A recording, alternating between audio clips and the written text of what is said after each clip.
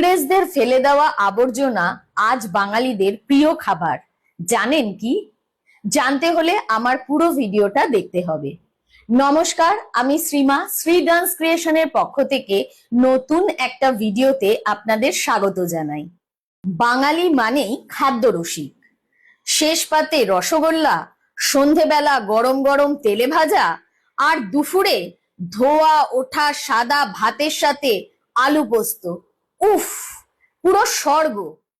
আচ্ছা, কখনো ভেবে দেখেছেন এই যে পোস্ত ছাড়া আমাদের একদম চলে না, সেই পোস্ত আমাদের রান্নাঘরে এলো কিভাবে?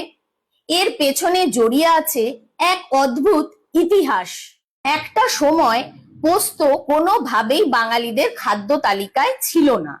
অষ্টাদশ শতকে যখন ইংরেজরা এদেশে আসলো, তারা ভারতীয় কৃষকদের জোর করে আফিং চাষ করাতে শুরু করলো এবং চীন দেশে চড়া দামে আফিং বিক্রি করে ব্যবসা করাই ছিল ইংরেজদের মূল উদ্দেশ্য।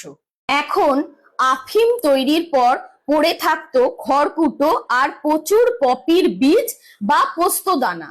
ইংরেজরা তো সেই বীজ ফেলেই দিত, কিন্তু বাঙালি বলে কথা, জিনিস নষ্ট করা কি আমাদের স্বভাবে আছে?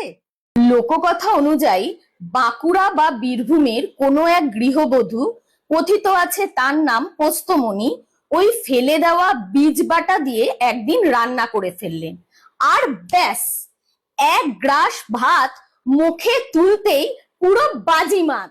ইংরেজদের ফেলে দেওয়া আবর্জনা রাতারাতি হয়ে উঠলো বাঙালিদের প্রিয় পরমার্থ। ইংরেজরা তো আফিমের নেশা ছাড়তে চেয়েছিল, কিন্তু বাঙালিরা মেতে উঠলো পোস্তর নেশায়। তাহলে বন্ধুরা, আজ দুপুরে আলু পোস্ত হবে নাকি? আচ্ছা, কমেন্টে জানান তো আপনার পোস্ত প্রীতি কেমন। আমি কিন্তু পোস্তর বিশাল বড় ভক্ত।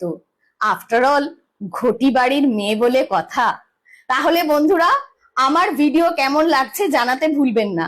যদি ভালো লাগে লাইক, কমেন্ট, শেয়ার করে পাশে থাকবেন।